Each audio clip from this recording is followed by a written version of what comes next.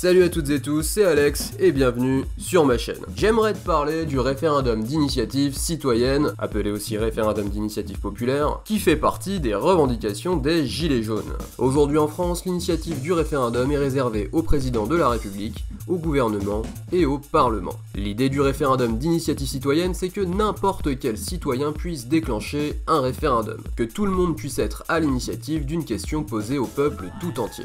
C'est un outil de démocratie qui existe déjà dans d'autres pays. Suisse, Italie, Liechtenstein, Croatie, Estonie, Venezuela, quelques Länders allemands et certains États des États-Unis. En France, de nombreux partis politiques avaient cette réforme dans leur programme, mais les médias n'en parlent quasiment jamais. Son fonctionnement ?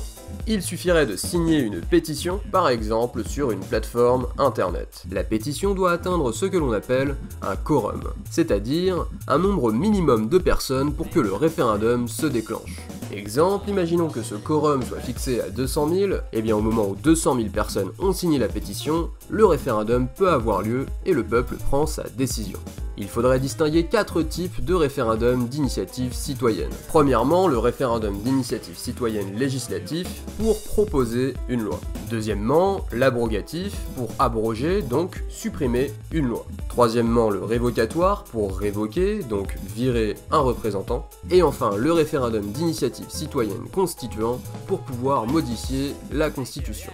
Il ne faut pas oublier que le référendum peut avoir lieu à plusieurs échelles, nationale, régionale, départementale ou communale. C'est un outil simple à comprendre qui pourrait renforcer la démocratie dans une république un peu trop aristocratique, voire même monarchique.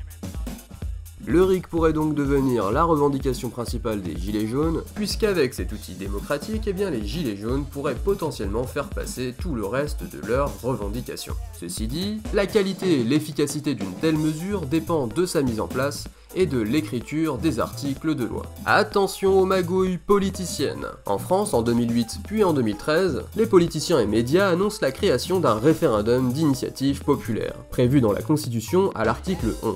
Mais on s'est rendu compte que c'était un faux référendum d'initiative populaire.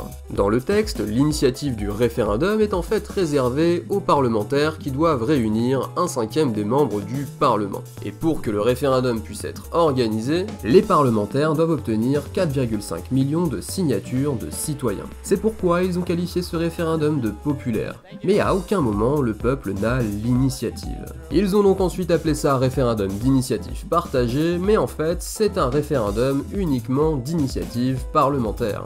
Et puis ce seuil de 4,5 millions est critiqué par beaucoup comme étant bien trop élevé, rendant impossible les référendums. D'ailleurs, il n'y en a eu aucun depuis janvier 2015, date de son entrée en vigueur. Et c'est d'ailleurs depuis cette manipulation de langage que l'on préfère l'appellation référendum d'initiative citoyenne plutôt que populaire. Le gilet jaune Maxime Nicole, alias Flyrider, a même pris soin de l'appeler le RIC Karl pour qu'un maximum de citoyens comprennent les différents degrés de puissance d'un RIC, et aussi pour ne pas se faire endormir par les éléments de langage des représentants qui pourraient chercher à instaurer un RIC à leur avantage. Dans les pays où il existe, les modalités du référendum d'initiative populaire varient. Cela dit, aucun de ces pays ne dispose aujourd'hui des 4 types de référendum.